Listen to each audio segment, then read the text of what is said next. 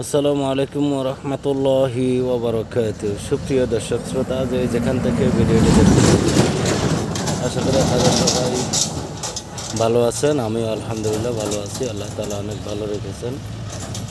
তো আপনাদের কাছে দোয়া চাই। এই মুহূর্তে কৃষক হিসেবে ধান কাটার কাজে ব্যস্ত আছি। আসলে ঝড় বৃষ্টির মাঝখানে ধান কাটা যে কী ধরনের একটা আলাদা একটা এক্সপিরিয়েন্স, সেটা মোটামুটি উপলব্ধি হয়েছে আলহামদুলিল্লাহ।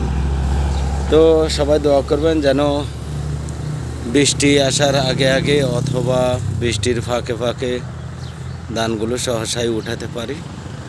আল্লাহ তাআলা যেন আমাদেরকে সেই তৌফিক দান করেন এবং সুস্থ সুন্দর আবহাওয়া বিরাজমান রাখেন। উত্তম রিজিকের ফায়সালা করেন।